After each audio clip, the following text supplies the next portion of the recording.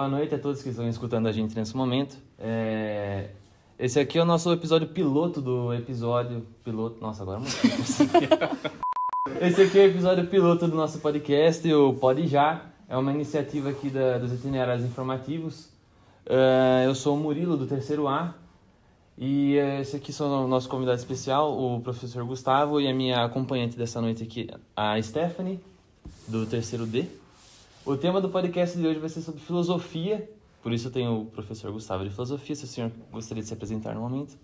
Boa noite, Murilo, Stephanie, pessoal todo que está ouvindo a gente.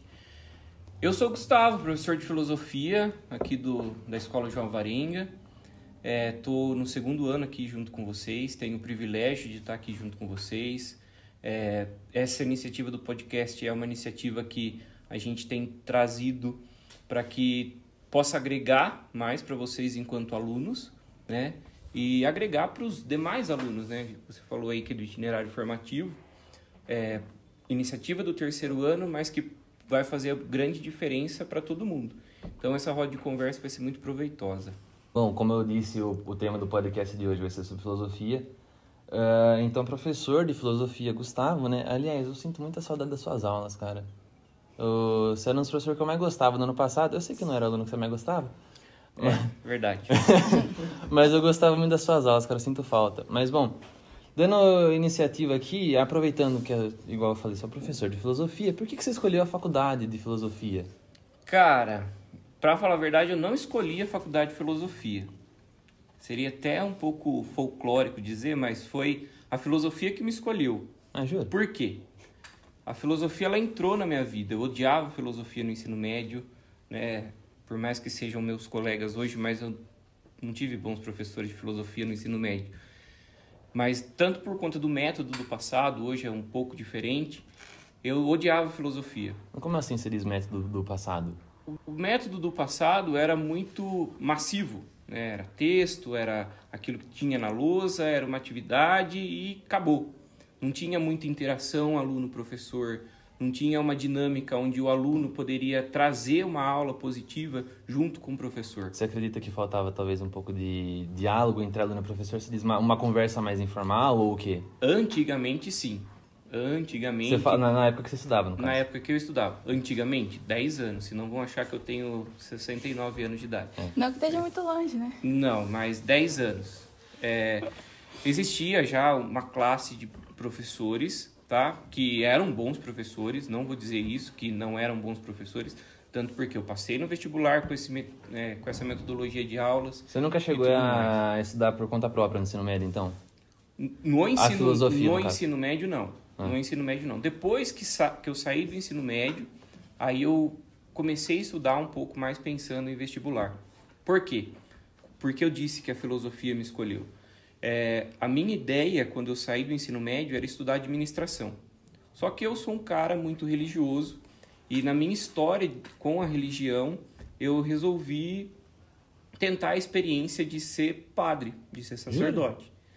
E nessa experiência, que eu vivi 6 anos da minha vida, né, dos 19 até ali meados dos 24 para os 25 anos, eu fui para o seminário, que é onde se formam os padres, e nesse processo de formação eu fiz 2 faculdades. Filosofia, que é uma formação obrigatória. É obrigatório você estudar filosofia para ser padre. É obrigatório você estudar filosofia para ser padre. É obrigatório.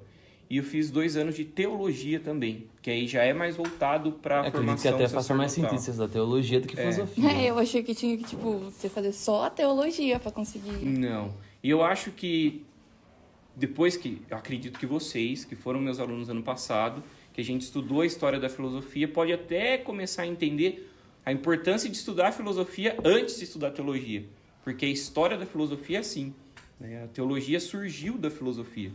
Então não teria muito sentido para a gente, ou para quem estuda para ser padre, fazer uma teologia isenta dos questionamentos que a filosofia nos coloca. Sobre a existência de Deus ou não? Sobre diversas coisas, né? A filosofia é um tema que não trata exclusivamente sobre Deus, sobre religião, nem nada. Existencialismo em si, talvez? O existencialismo é um campo da Não, filosofia. é um campo, sim, mas bastante gente foca mais nessa parte. Assim. Eu, por exemplo, gosto muito, muito do existencialismo. Acredito que, por exemplo, o Albert Camus, o Sartre é legal pra caramba. Eu acho todas essas partes do existencialismo muito mais legal do que qualquer outra vertente da filosofia, assim. Não sei o que o senhor prefere dentro da filosofia, mas, por exemplo, ano passado a gente estudando ética e moral, eu achei um saco. Nossa senhora. O pessoal acha mesmo. O que não deveria achar, tá? Quem vai estudar filosofia um dia na vida, não achem chato ética e moral, porque talvez hoje no mundo falta um pouco da nossa compreensão de ética e moral. Mas a filosofia é muito ampla, né? Você citou o existencialismo, a ética e moral, tá? Para os meus alunos de primeiro ano, a gente vai estudar, como vocês estudaram ano passado, a história da filosofia. Começando lá da Grécia Antiga. Começando lá da Grécia Antiga. No caso, você diz em relação à filosofia ocidental também. Isso, a filosofia ocidental, que é o núcleo específico que a gente escolhe. Mas essa escolha não é assim, eu prefiro essa do que aquela, tá? É uma escolha porque a filosofia ocidental é aquela que a gente vê mais ligada à ciência. Sim, no caso, talvez a antropologia em si ou não? A antropologia e a epistemologia, ao estudo do ser humano e ao estudo do conhecimento. A filosofia ocidental é essa que está ligada à produção de ciência, tendo em vista essas duas vertentes, essas duas correntes. Vamos estudar o ser humano, vamos estudar o conhecimento e a gente vai desdobrar as questões que são sociais, políticas, culturais e assim por diante. Então, numa faculdade de filosofia, você nem se aprofunda tanto na filosofia oriental, que tipo, é mais voltada para religião, essas coisas. Não. Eu acho que a ciência em si, ela tem como base a estrutura greco-romana, helenística, tá? Que é onde surgiu a filosofia ocidental, que é na Grécia. Porque sempre que você pesquisa, por exemplo, mais superficialmente, digamos assim, sobre filosofia, você sempre acaba caindo lá na Grécia, tipo, o Aristóteles, Exato. o Platão, o Sócrates, principalmente, né? Então você sempre cai nessa parte da Grécia. Então é o que você estuda, você vê bastante isso mais na faculdade também e não dá muita atenção na filosofia oriental. Você acredita que isso na sua faculdade talvez seja uma parte que pecou um pouco ou só não tem muita importância pra gente mesmo? Eu acho que não pecou, porque como eu já disse, é essa filosofia que a gente chama de mãe das outras ciências, né? Ou a primeira ciência. E a filosofia oriental, ela nunca se debruçou para produzir ciência, tá? Para produzir um conhecimento que fosse abrangente. Mas você não acredita que o conhecimento que a filosofia oriental pode trazer pra gente não é relevante, talvez? Acho. Acho que todo conhecimento possível, ele é relevante, tá? A gente só consegue produzir algo a partir de um ponto específico. Se a filosofia oriental nos dá esse ponto específico, a gente vai produzir algum conhecimento, ok? A gente vai produzir um conhecimento. Agora, a filosofia ocidental, ela produz um conhecimento que vai gerar para a gente praticidade, que vai gerar novas questões, que vai gerar novas ciências. A gente pode dizer até mesmo na estrutura que a gente tem hoje, vai gerar tecnologia, vai gerar inovação, vai gerar modernidade, vai gerar questionamentos para a gente ter uma sociedade rodando, ok? Por que de tudo isso? A ocidental é uma filosofia ligada a um aspecto espiritual. É uma filosofia espiritualizada, que vai ficar ligada a questões religiosas da Ásia, de algumas comunidades árabes. Sim, no caso, então, abraçando toda a ignorância que eu tenho dentro de mim, eu vou perguntar da maneira mais simples possível, a principal diferença de uma para outra, então, da filosofia oriental e da ocidental. De uma forma muito grosseira, tá? Mas para ficar claro para todo mundo, a filosofia ocidental produz ciência. A filosofia oriental não produz ciência.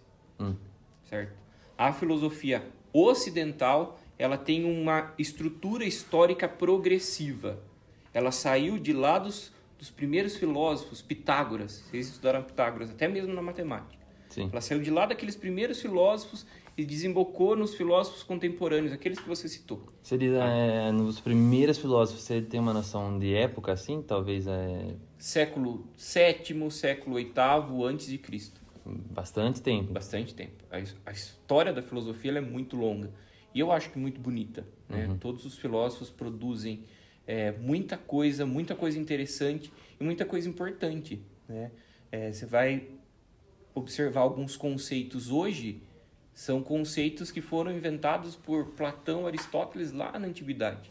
Você citou existencialismo. Não tem como a gente falar de existencialismo sem o conceito de essência que Aristóteles colocou lá no século IV a.C. Então, é tudo muito interligado, tá? Mas por conta dessa produção científica. Sim. De novo, na filosofia oriental. Você acha que, tipo, ela se desenvolveu assim por coisa que a ciência não consegue explicar? Vamos supor, a maioria das coisas que não consegue ser provado pela ciência, a gente põe Deus como culpado. Tipo, vamos supor, um exemplo que eu dei no ano passado ainda. Um paciente está no leito do hospital e está na beira da morte, os médicos já bateu o martelo e falou que ele ia morrer, que não tem outra solução. Só que, do nada, esse paciente fica bem e volta à sua vida normal, não tem nenhuma consequência. E a ciência não consegue explicar isso. Você acha que a filosofia oriental se desenvolveu por conta disso? Tipo, para preencher um vazio que nós, enquanto seres humanos, temos? Na verdade, a filosofia oriental ela foi desenvolvida para entender as origens, as vertentes e os comportamentos do aspecto religioso e espiritual da Ásia, das religiões que existiam ali na China, na Índia, entende? Então foi para você entender a sua religião. Ela surgiu a partir, então, por exemplo, do budismo e hinduísmo, tal... Mao Tse Tung, um dos filósofos orientais, que é de vertente budista, tá? E o que ele produziu? Ele produziu justificativas pensadas para a sua religião, para a sua fé, tá? Mais ou menos o que aconteceu no período medieval, mais ou menos. Ela é para ser, por exemplo, um pilar da fé asiática, então. Isso, exatamente. Entendi. Bem diferente da filosofia ocidental, que ela abraça tudo, né? Tão diferente que a filosofia ocidental ela nasceu com os primeiros filósofos excluindo a religião. Tirando todos os deuses, assim, né? Eu lembro de você falar algo assim no ano passado. Pitágoras olhou para Zeus e falou, cara, você não existe. Todo o panteão grego. Assim. Isso, ele olhou para Zeus e falou, cara, você não existe. O que existe é a matemática. Vamos lá. Olha o meu teorema aqui, tenta resolver o meu teorema. Aí os deuses não conseguiram resolver e aí ficou a filosofia. A filosofia venceu. Entendi. Bom, mas voltando então, acabamos desvencilhando um pouco do assunto. Da sua formação na faculdade de filosofia, você disse que você estava tentando ser padre e parou por quê? Eu parei porque aí não tem nada a ver com curso acadêmico, tá? Eu Coisa parei sua mesmo. por uma visão de vida, certo? Eu sou muito pé no chão quando eu observo que as pessoas hoje não conseguem mensurar aquilo que escolhem para a própria vida. Então, às vezes escolhem por certo comodismo, às vezes escolhem por certo pragmatismo. Não entendi às vezes, o que você quis dizer, professor, desculpa. Eu vou chegar lá. Às vezes escolhem porque os outros escolheram, tá? Eu sempre tive os pés no chão para fazer as minhas escolhas e tentar mensurar elas de uma forma não estritamente racional e nem estritamente emocional. E quando eu me vi naquele caminho, eu parei para pensar e me questionar, porque eu já tinha terminado filosofia, e vi que eu não seria feliz, né? E não é nenhuma questão financeira, nenhuma questão burocrática de família. Eu não seria feliz se eu seguisse naquele caminho. Eu resolvi parar e mudar minha trajetória, né? Aí eu falei, não, eu não vou ser feliz sendo padre, eu não vou ser feliz seguindo por esse caminho. E saí do seminário e vim fazer minha vida aqui fora. Conheci minha esposa, me casei no ano passado, meu filho nasce nesse mês de maio agora. Parabéns, inclusive.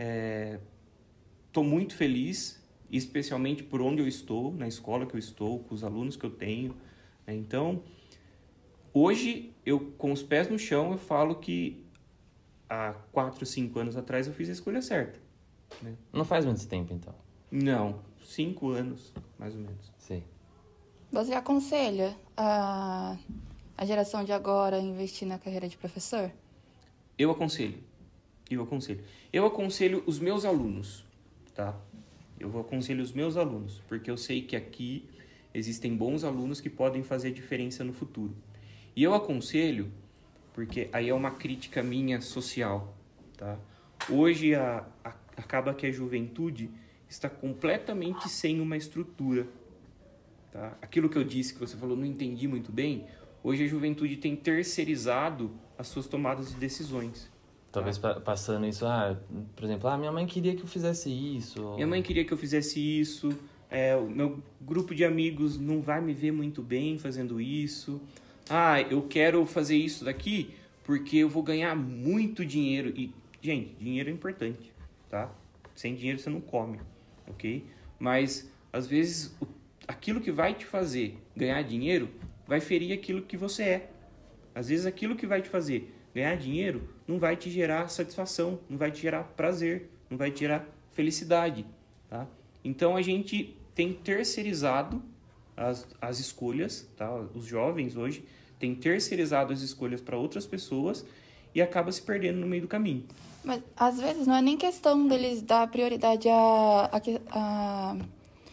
que os outros querem, mas é que, tipo, vamos supor, no meu caso, cara, do ano passado pra cá foi 1001 profissão que eu escolhi. Uhum. E não é nem porque, tipo, a minha mãe quer isso, meus amigos gostam disso. Não, é porque toda vez que eu me questiono, nossa, e lá no futuro, e lá na frente, se eu chegar a fazer o curso, não gostar. É porque tem tantas opções e a gente tá com tanta facilidade pra conseguir isso, que a gente fica perdido, entendeu? A gente fica sem saber muito o que fazer. Porque por mais que tenha essas opções, eu não consigo ficar trocando de curso toda hora, entendeu? Uhum. E também ia perder uma boa parte da minha vida e até quando, né? O mundo se tornou muito dinâmico, né? Então, você consegue fazer uma faculdade, um curso bom, em prazo curto de tempo, tá? E se tornar um professor, ok? E depois você entra dentro de uma sala de aula e você vai se deparar com desafios e talvez aqueles desafios não te façam feliz. Tem bastante aluno que deixou ser infeliz nesses anos de professor? Olha, infeliz, não. Eu nunca fui dormir assim, putz, errei, devia ter continuado lá no seminário e ser padre. Nunca, tá? Às vezes, triste, porque eu vejo muito potencial em muitos alunos, muita qualidade em muitos alunos, e esses alunos acabam enterrando isso em algum lugar e eu vejo que é um talento perdido. Né? Isso me deixa frustrado, isso me deixa triste, por um lado, e por outro lado me deixa motivado, porque eu falo, cara, eu preciso tocar naquele cara, eu preciso fazer esse cara aí mudar, eu preciso fazer esse cara compreender a vida diferente, porque ele tem futuro. Né? E eu acho que hoje, o meu papel como professor, eu entendo que os meus colegas professores também enxergam assim. Eu acho que é muito bonito, na verdade, essa visão do professor de encontrar alguma coisa de algum aluno que talvez ele mesmo não consiga ver. Você acredita que tem bastante profissional na área que acaba negligenciando bastante a profissão que tem? Ou, por exemplo, algum professor que talvez nem queira estar ali mais, ou está ali só porque precisa, ou que acaba pecando um pouco com alguns alunos, ou na própria profissão dele, talvez? Eu vou dar um exemplo prático, tá? Vou dar um exemplo prático. Eu não sei vocês dois, mas eu adoro futebol, certo? E a notícia da semana é mais de 200 jogadores de futebol que não pensaram em jogar futebol para tomar um cartão amarelo, para fazer uma falta e ganhar um dinheiro por fora. Esse cara tá desiludido com a profissão dele. Esse cara não quer mais nada com a profissão dele. Esse cara perdeu o tesão de jogar futebol, certo? Isso acontece em toda e qualquer profissão. Toda e qualquer profissão. Você nunca cansou? Assim, tipo, nesses anos você estava dando aula, chegou uma hora que você falou, nossa, cara, não dá mais, amanhã eu não quero ir, ou o quê? Às vezes, assim, quando você entra numa sala, você olha o comportamento de um ou outro aluno, assim, fala, putz, por que eu vim hoje? Mas aí você faz chamada, você faz uma brincadeira com um, ou algum aluno vem e fala, professor, fiz o seu trabalho, professor, tenho uma dúvida. Isso vai sempre nos motivando, né? em qualquer lugar você vai encontrar desafios. Né? E eu falo que existem 2 tipos de problemas, 2 tipos de desafio. O desafio que dá pra gente corrigir, tá? Então, se o desafio tem uma correção, vai lá e corrige. E o desafio que não dá para você corrigir. E se o desafio não tem correção, do que vai me adiantar ficar frustrado, bravo com a não correção do desafio? Eu não posso me deixar bater por isso. Isso é estoicismo, né, professor? Um pouco. Um pouco de estoicismo. Você chegou a estudar bastante estoicismo na faculdade ou não? A faculdade de filosofia eu fiz na PUC de Campinas, tá? Tanto a filosofia quanto a teologia. A faculdade de filosofia, ela tem 2 vertentes lá. Acho que assim, tem muita coisa na filosofia. Então acredito que numa faculdade você não consiga ver tudo, né? Mas, ou você passa por tudo, mas alguns assuntos um pouco mais, um pouco menos. Isso. As 2 vertentes principais, pelo menos na PUC, é a história da filosofia, tá? E é conceitual. Então, você vai estudar antropologia, você vai estudar ética e moral, você vai estudar epistemologia. São os campos mais que são os campos, né? Filosóficos, tá? Uhum. Dentro da história da filosofia, você passa por algumas escolas. O estoicismo, o ceticismo, o cinismo, o niilismo. Você vai passar por várias escolas filosóficas que foram formadas no decorrer do tempo e você possa entender essas escolas. Então, estudei, tá? Tenho um conhecimento sobre as escolas filosóficas? Tenho. O conhecimento é primordial em algumas? Sim. Né? Tem algumas que eu gostei mais, me dediquei mais. Tem outras que eu gostei menos e, como vocês fazem, que eu sei, fiz para passar. Sim. Né? Não tenho vergonha de falar isso também.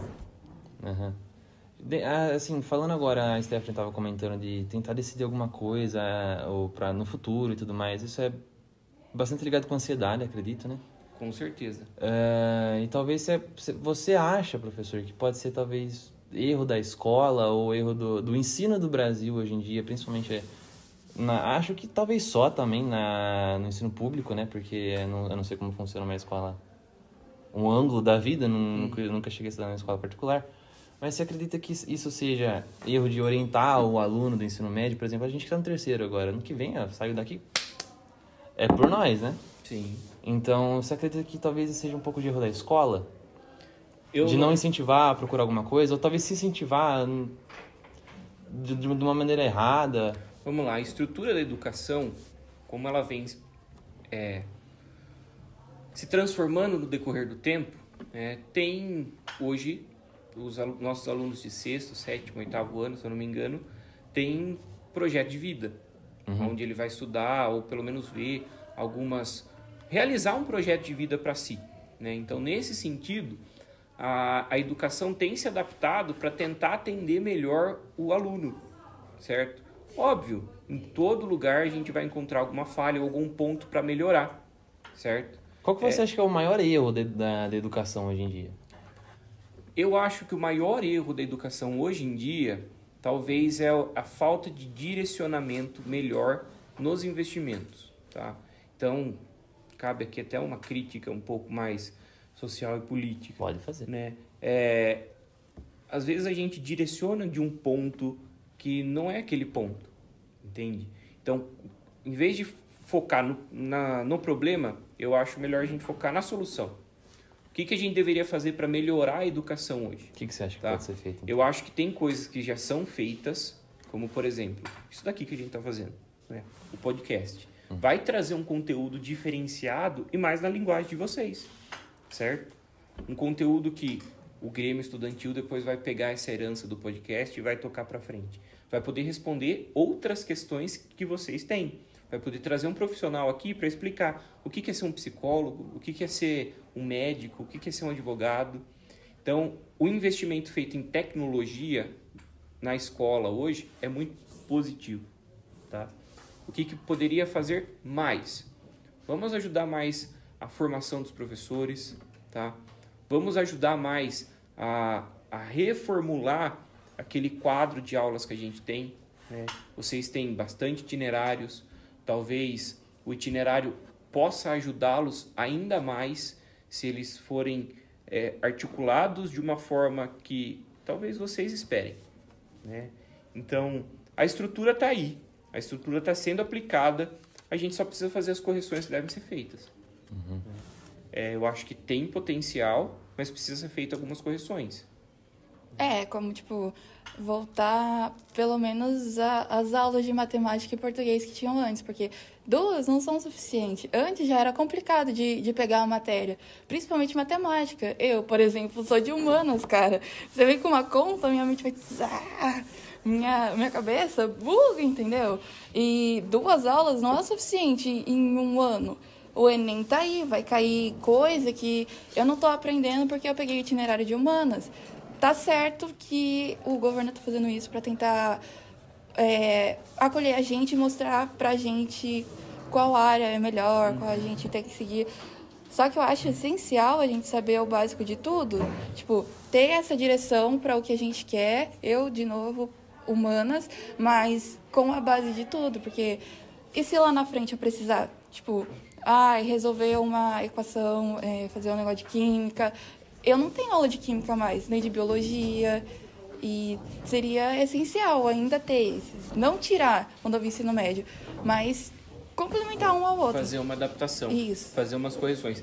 Eu acho que, pelo que a gente tem visto nos últimos meses, né, até mesmo o governo estadual, o Ministério da Educação a nível nacional, tem pensado em algumas correções para adaptar melhor o novo ensino médio. E o novo ensino médio servir o aluno ainda melhor, tá?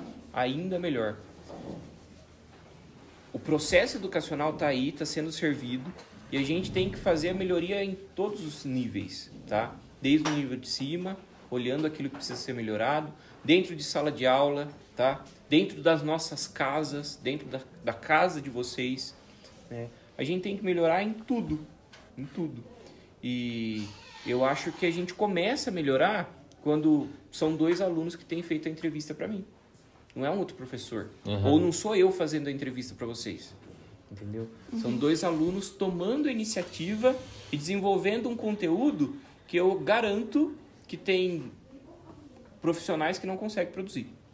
Tá? Quando a gente conversava um pouco antes de iniciar a gravação, com as perguntas que o Murilo havia pensado em fazer, eu vi que o nível é muito alto, né? E eu não tenho como deixar de me sentir orgulhoso pelo trabalho que eu fiz ano passado, pelo trabalho que eu estou fazendo agora, pelo trabalho que todo mundo aqui dessa escola tem feito, porque está produzindo frutos, entendeu? Tem 2 frutos diante de mim.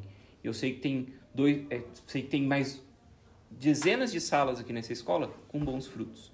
E a gente vai tirar coisa boa nos próximos 5, 6, 7, 10 anos do que a gente está fazendo hoje e das correções que a gente vai fazer amanhã e daqui para frente.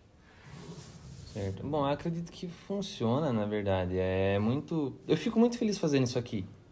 Mas eu não posso deixar de sentir que essa coisa de novo ensino médio não está sendo aplicada da maneira certa. Você, como professor, acredito que ninguém melhor que professor e aluno para dizer, né?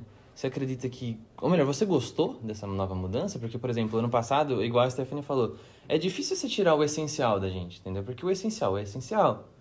Principalmente igual ela falou em matemática. Eu também sou de humanas, meu negócio é filosofia, português, história. E engraçado que dentro dessas matérias eu não tenho aula de filosofia, eu não tenho aula de história. Acabou que formou-se, né, as turmas.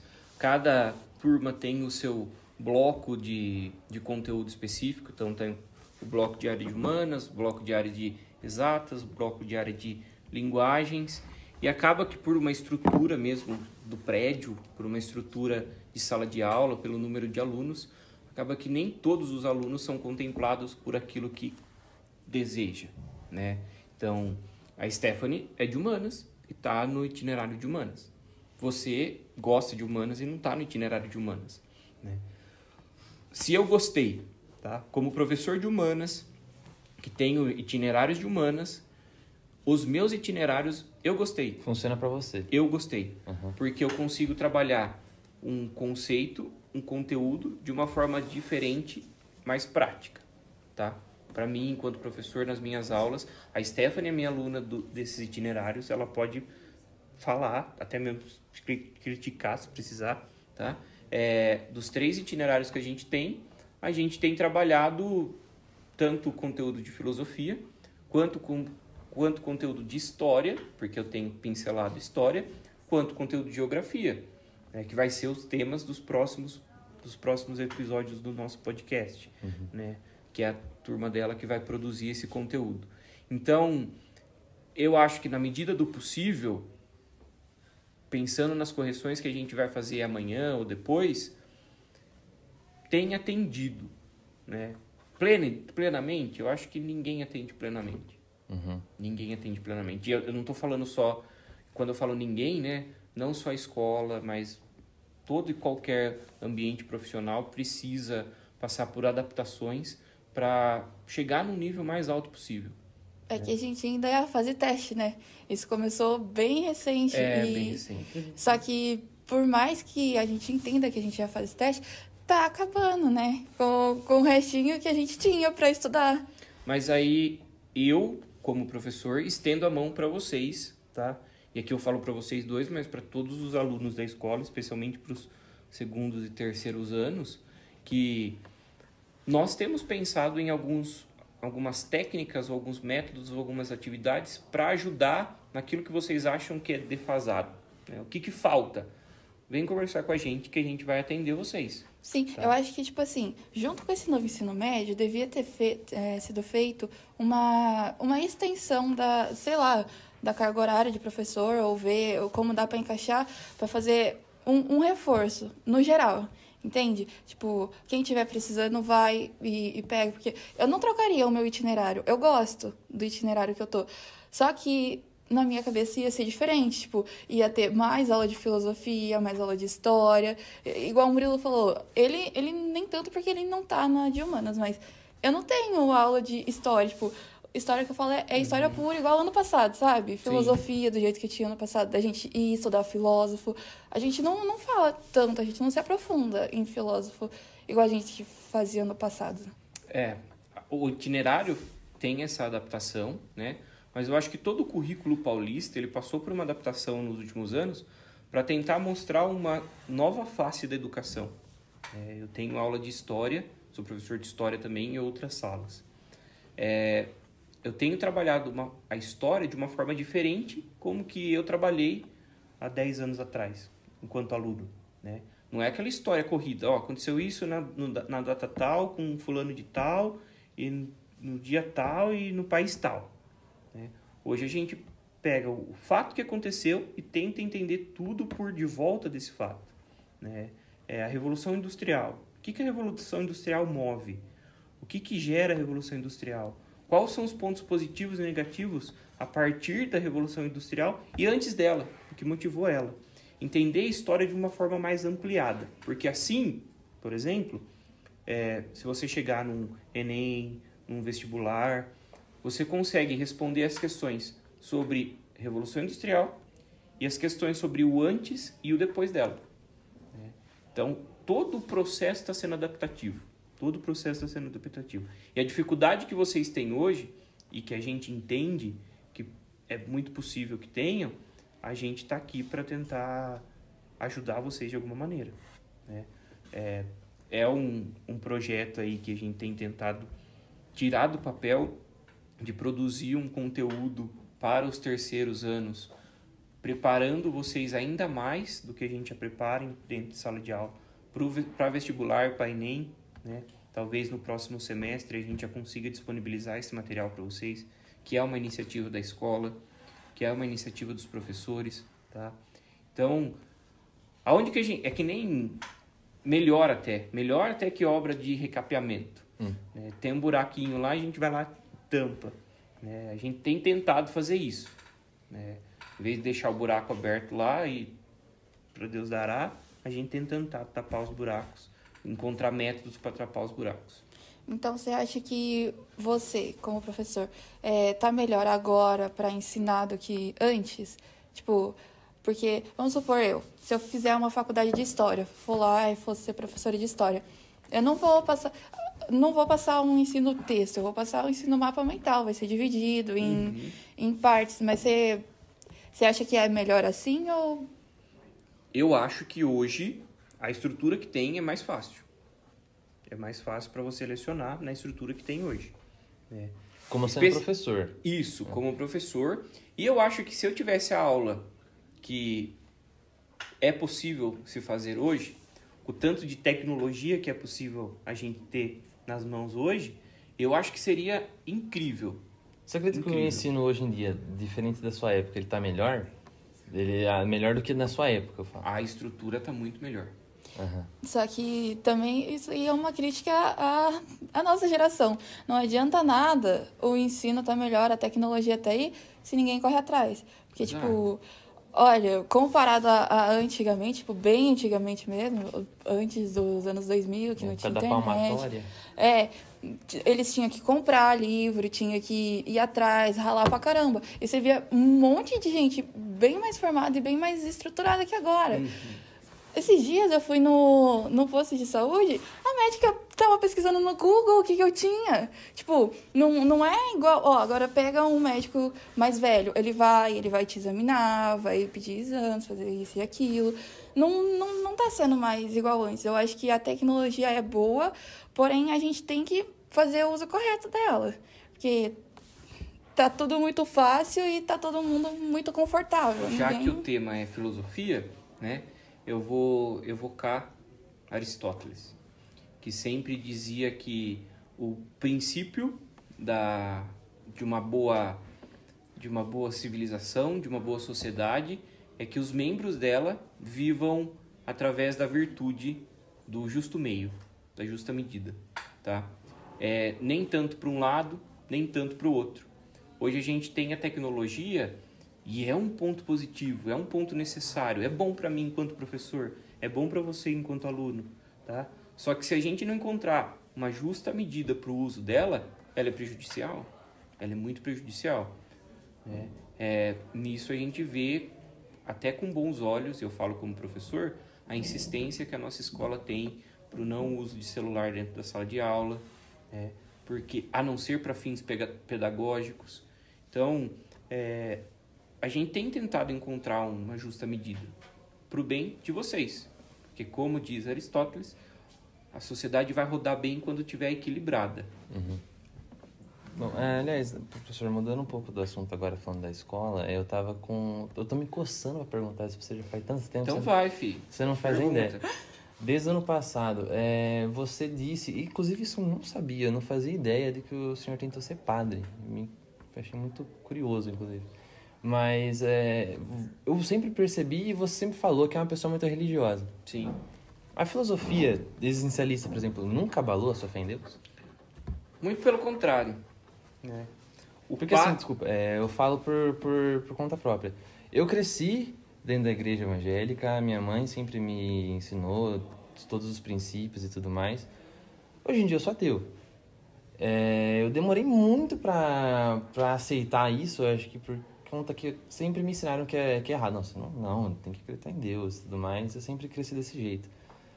Mas hoje em dia eu sou ateu, muito por conta da filosofia, principalmente por causa de Nietzsche. O cara rapaz, nossa, é ruim, rapaz.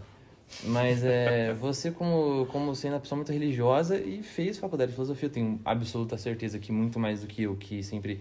Eu gosto da filosofia, mas eu admito que é de uma maneira muito superficial, né? Eu abraço a minha ignorância, tenho certeza que você é muito mais inteligente do que eu, em qualquer aspecto do campo filosófico. Mas isso nunca abalou sua fé? Se você sendo uma pessoa muito religiosa? Bom, primeiro ponto, ignorantes somos. Vou usar essa frase, ignorantes somos.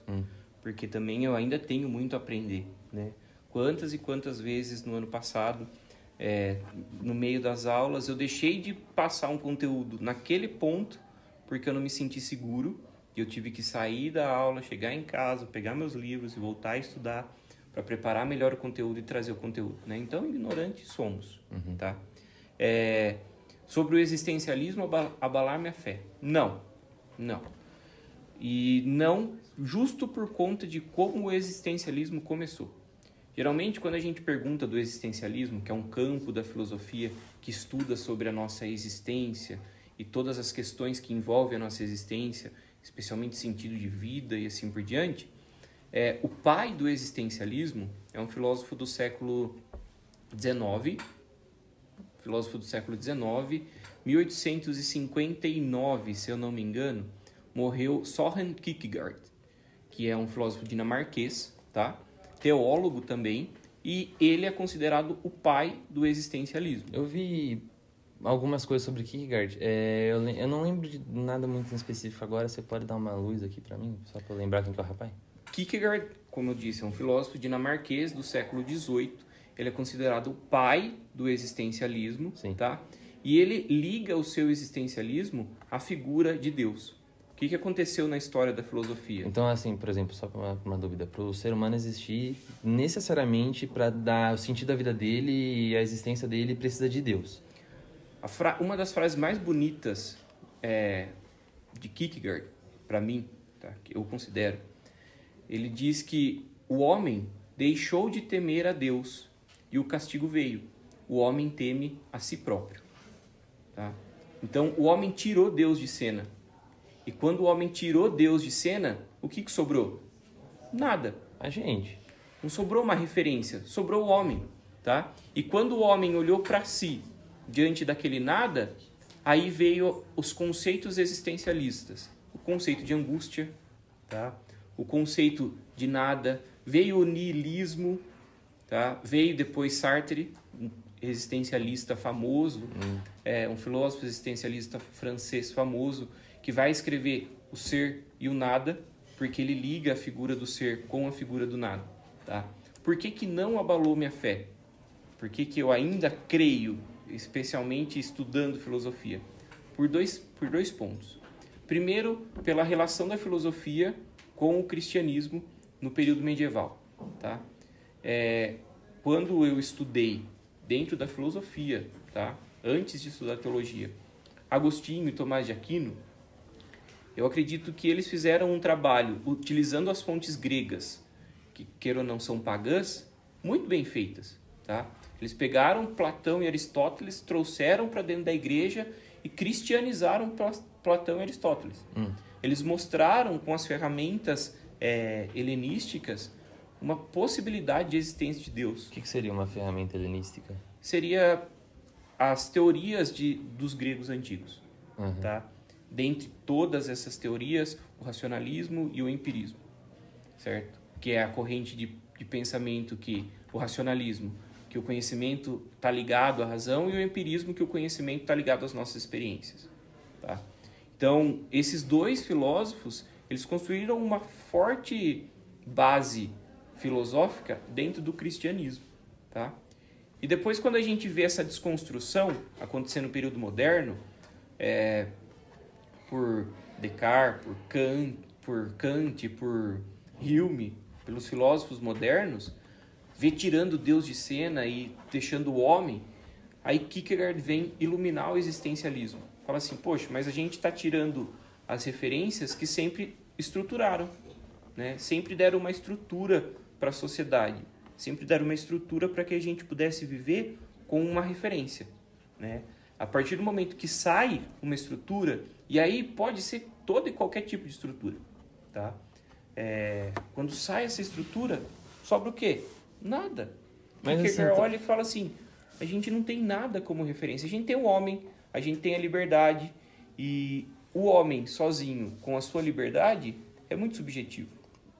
Mas então, de novo, Deus seria uma explicação porque a gente não chegou numa conclusão ainda, não chegou em prova científica. Porque, olha, você, como cristão, você acredita que Deus é o único. Ele é o único Deus supremo e tal. Só que não faz sentido. Antes de eu mostrar o meu ponto, eu acredito em Deus porque eu cresci igual o Murilo, cresci numa família religiosa. Porém, eu me questiono muito se faz sentido existir só um Deus, porque e de todas as outras religiões, todas as coisas deles também funcionam do mesmo jeitinho que a do cristianismo também funciona. Então, dos ateus, então. Não, é que tipo assim, nossa, eu vou viajar bastante agora. Ou todas as religiões estão interligadas, ou quanto mais a gente acredita numa coisa, mais essa coisa parece real. Tipo, se eu tiver, sei lá, medo do escuro e apagar a luz aqui agora, eu vou começar a ver vulto. Na minha cabeça, eu vou começar a escutar um monte de barulho. Por quê? Porque eu acredito nisso, mas pra você vai estar tudo normal. Só que pra mim, como eu tenho tanto medo de escuro, essas coisas vão ser real na minha cabeça, só que não é real, não existe, entendeu? Entendi. Bom, vamos lá. Eu poderia descartar a ideia de Kierkegaard? Poderia, tá? Se eu não tivesse ligado à filosofia. Porque Kierkegaard, ele foi um protestante luterano, tá? Se eu enquanto filósofo, não olhar essa palavrinha que a gente tem usado, Deus, como um elemento transcendental, que pode ser para mim o Deus cristão, pode ser para você os deuses budistas, pode ser para o Murilo os deuses nórdicos, ok? Quando a gente usa essa palavra dentro da filosofia, a gente não discrimina etnia religiosa. Tá? Então, se diz assim, pode ser... Se aplica a qualquer figura divina. Isso. A filosofia, quando ela olha para o aspecto divino, olha para o transcendente, ela não discrimina a religião. Tá? Ela vai discriminar. Tanto que os filósofos contemporâneos inauguraram um campo filosófico que se chama filosofia da religião. O que a filosofia da religião faz? A filosofia da religião, ela entende o homem religioso. Ela quer saber o que faz o homem ser religioso. Tá? E dentro das diversas religiões possíveis, como que esse homem se comporta. Porque se existe um denominador comum, será que o cara que é cristão, tá? Ele tem referências de comportamento igual o cara que é budista? Ou igual o cara que professa uma religião afrodescendente? A gente tem um caso aí famoso que aconteceu nos últimos meses de intolerância religiosa lá no Big Brother, né? Que tinha um dos participantes era cristão e o outro participante era de uma religião denominada afrodescendente, e ele sofreu preconceito porque achava-se que o cara que estava rezando lá para os seus orixás estava amaldiçoando, né? E depois ele falou, não, peraí, a minha religião é do bem, tá? A filosofia da religião tenta olhar sempre para as religiões como o denominador comum que interliga elas é o bom comportamento, é o bem, entende? Então, quando eu falo de Deus, óbvio, eu tenho a minha fé, eu tenho as minhas convicções, eu tenho aquilo que a filosofia mesmo me fez implantar, né, como convicção mesmo, como cristão. Né? Mas eu não posso desrespeitar e dizer que a filosofia está falando do meu Deus e não está falando do seu. Uhum. Entende? Entendi. Mas como desculpa, porque pra mim o senhor falou um monte de coisa, mas isso ainda não me diz o porquê que você acredita em Deus ainda. Porque o Deus cristão em específico, porque se você aplica a todos, de que isso prova alguma coisa, entendeu? Bom, vamos lá. A primeira coisa que faz o homem ser religioso é a sua vertente tradicional, tá? Você diz vindo de família, por exemplo. Vindo de família. No caso, ok? Você veio de uma família evangélica, tá? Você é evangélico hoje? Não. Não, porque você acabou, dentro do seu processo racional de conhecimento, desconstruindo aquilo que a tradição te colocou. Você pode, sei lá, se identificar com uma religião umbanda? Pode. Se você encontrar as respostas que você quer nessa religião, você pode se encontrar numa religião umbanda. Eu iniciei a minha trajetória numa vertente cristã. Já pensando em... no caso... Católica. Minha família me fez católico. Sim. Ok? O que acontece dentro do catolicismo, dentro do cristianismo? A gente tem um processo de conhecimento da fé, certo? Eu fui batizado lá atrás, quando criança, quando bebê. E dentro da minha trajetória, eu fui conhecendo a fé e fui vendo aquilo que eu achava pertinente e aquilo que eu não achava pertinente. Aquilo que eu não achava pertinente, eu buscava entender por que não era pertinente. Até o ponto de eu dizer que, convictamente, eu sou cristão. Tá? Que eu acho que é o que aconteceu com você. Você não via sentido, você via ainda uma cadeia de respostas muito grande a ser solucionada e não via sentido ser evangélico. No meu caso foi assim, eu sempre questionei bastante e a minha mãe sempre disse que era errado questionar, entendeu? eu pensei, mas como é que eu vou aprender se eu não questionar nada, entendeu? É a filosofia mesmo que você tem que questionar. Eu iria pra você. reprovar sua mãe nas aulas de filosofia. Provavelmente Porque a sim. última coisa que você pode deixar de fazer na filosofia é questionar. Então, eu me perguntava, tá, mas não faz muito sentido isso aqui, entendeu? Mas por quê? Daí eu ia perguntar pra minha mãe, ela fala, não, isso é coisa do diabo. Eu falei, mas o que o diabo tem a ver com isso? Esse é um dos problemas que a religião enfrenta, eu acho que na sua história, né? Uma fé desvinculada, uma fé emocional desvinculada da razão, né? Que foi o que os filósofos medievais não fizeram. Eles tentaram trazer a razão para a fé cristã. E quando a gente vive assim, e não estou dizendo só na religião, tá? Estou dizendo dentro da sua vida profissional, dentro da sua vida amorosa, dentro da sua vida acadêmica aqui na escola, uma vida sem questionamentos é uma vida seca, é uma vida estéril. Uma vida sem ser analisada não vale a pena ser vivida. Não vale, nem um pouco, nem um pouco. Mas essa questão de tanto me questionar foi que eu fiquei, poxa, eu fico ou não no time de Deus? Bom, Stephanie, acho que se você não definiu isso ainda, a única resposta possível é você continuar se questionando. É continuar buscando suas respostas, encontrar fontes, né? Você Poxa, encontrou todas as suas respostas dentro da sua religião, no caso, então. eu encontrei muitas respostas, as respostas suficientes para me dizer que eu sou cristão, que eu acredito em Deus, que eu acredito em tudo que a minha fé me coloca, tá? Aí, nossa, professor, você é o Papa então, porque você descobriu todas as questões do mundo. Não, nem o Papa sabe todas as questões que envolvem a fé. A igreja ainda tem os seus desafios para superar, tá? Mas é o suficiente para que eu possa dizer eu acredito. Certo. Certo? Bom, olha só o tempo, né? Acho que deu a nossa hora aqui no podcast. Mas eu agradeço muito a sua participação, tá, professor? Eu que agradeço a colaboração de vocês, a iniciativa, tá? Quando a gente bolou o podcast, a gente não sabia como produzir o episódio piloto, e aí o professor Thiago, que também está envolvido em todo o processo aqui, falou que você queria participar, queria fazer alguma coisa. Especialmente com você. Legal, muito obrigado, me sinto lisonjeado, tá bom? Espero que um dia a gente volte a estudar juntos. Eu também. Espero mesmo. Bom, mas de novo, muito obrigado, tá? A Stephanie também por aceitar ser a minha parceira aqui no podcast essa noite. Eu que agradeço por ter me chamado. A nossa conversa, acredito que ela agregou muito, tanto para mim quanto para quem assistiu hoje, né? Obrigado por terem acompanhado também o episódio hoje. Fica aqui na nossa despedida. A gente se vê no próximo episódio. Acredito que vai ser com o terceiro D agora o próximo a se fazer, né? Os próximos episódios são atividade para vai valer nota. Então vamos atividade fazer. Boa, entendeu? Atividade Tem boa. que Os próximos ficar bom. episódios é com o pessoal do terceiro D, com temas ainda mais amplos do que filosofia, educação, os temas que a gente trabalhou aqui. Uhum. Bom, de novo, muito obrigado e boa noite a todos. Boa noite, professor. Muito obrigado. Obrigado, gente.